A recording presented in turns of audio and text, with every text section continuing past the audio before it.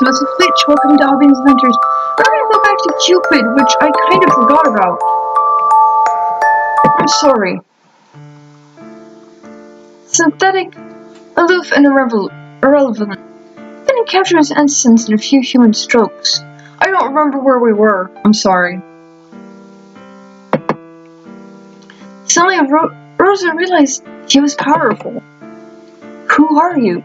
She caught herself before saying it out loud. You are not Gillian.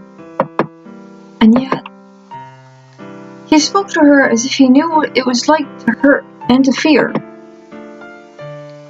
If you don't start acting like you own yourself, then people will not hesitate to take everything. He laid out the rest of the books he had brought out. One was an activity book for children, and a picture of a child holding an apple with an arrow stuck in it. Another was a book of limericks. The other two were thicker books that intimidated her.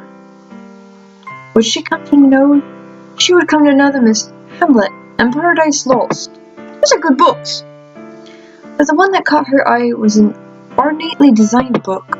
It had a beautiful red jacket, delicate gold trimmings and lining in the corners. Gods and goddesses of Roman mythology. This would be her favorite book, her treasure, and she knew it was like love at first sight. These books are yours. Take them with you. Read the thin ones first, and then gradually build your vocabulary with the thicker ones. Rosa ran her hands over the skin of the red book. She opened the cover gingerly, as if carefully unwrapping a present. Thank you. No thanks needed. I simply showed you some books from a portion of the library, which you were unaware of. You are still so generous, even if you are like this. Like what? What? Somewhat irritable? Gillian didn't reply, leaving an awkward silence lingering between them. Then he gave a giant laugh that made Rosa jump out of her skin. I do look damn irritable, don't I? Why? Is it because of... Gillian's eyes drifted away. No. I always have been. You just pointed it out. But you're not usually like this. Especially with Catherine and the townspeople. I find it... Oh. He needs a high-pitched voice. I find it easy to adapt to people, especially the ones I like. Gillian looked at Rosa as if he had just become aware of her presence. Makes me wonder why I'm so stern with you. I'm sorry. Rosa shook her head. I somehow prefer the sight of you. Gillian cocked his head to one side. He thought about the green book Rosa noticed earlier. This is called a journal. When you learn to write, start one. What is it? Something you can use to remember yourself with when you've forgotten. Does it work? It used to. Nowadays, not anymore. Oh. The act itself is the only thing I remember. Now, let's start with your vowels. That even scared me. A scream pierced the halls of the chateau. It was Catherine. Gillian sprinted to the door, with Rosa not far behind.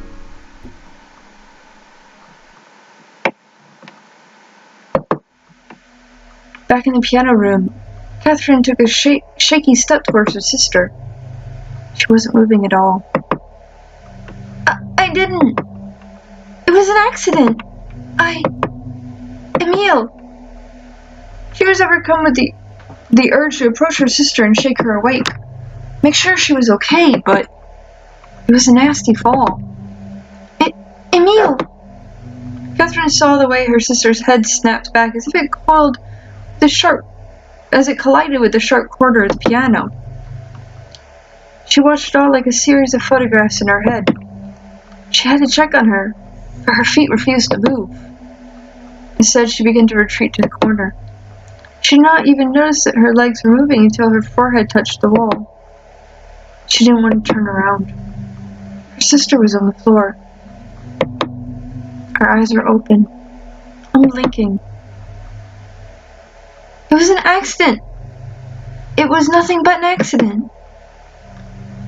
Was it? She pushed first. She got really scary. She strangled me. What? That's absurd. Are you sure? Would she do that? I don't know. I think she did. Catherine touched her throat. It felt fine. The Perride girl, Elizabeth. She really believes just because the Marquis took her in that he's interested in her. Oh, she's obsessed with the master. The apple doesn't fall far from the tree. Wasn't her mother a bit, not right in the head? It probably runs in the family. Emile looked mad. Her eyes had burned with malice for her as she had closed her fingers around Catherine's neck. But she couldn't remember if that really happened. Sister was always kind to her. She would never ever hurt her, even when they got into fights. Sister loved her. Am I turning mad? I have the blood of a madwoman? Am I going to end up like her?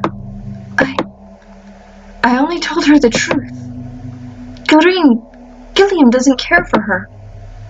And she doesn't even care for him that much either. It was all just chaff, the relationship. No sense trying to make everyone miserable too. She called me jealous and a bitch.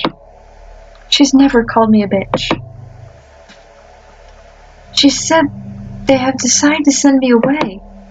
My lessons sent home. The piano replaced. It was for my own good, she said. I don't have to travel here all the time. I need to concentrate on my other endeavors. I can make new friends. But I know she just doesn't want me near the chateau of Gillian. She hates when I catch her with him. Sorry. Perhaps this morning was the last straw. She hates it. But she also smirks when I see them. Like she basks in it. I think I might hate her. Catherine's thoughts ran through her head like a storm. They poured out of her aimlessly. I wonder if the piano's broken. Am I going to pay for it? What will become of us without Sister's wages? What of Father's medicine? What of my dreams? Sister can't be dead. Sister can't be dead. Catherine brought her fingers through her lips and nibbled on her thumb. She didn't notice her mind was preoccupied. She was in the corner of the wall, biting her fingers. It was a tiny comfort in a rapidly collapsing world. Gillian opened the door and found Emile laying on the floor. An ugly gash broke of the skin on her forehead. Facing the wall, Catherine was shivering like a leaf, and viciously devouring one of her fingernails. He approached her cautiously. Catherine.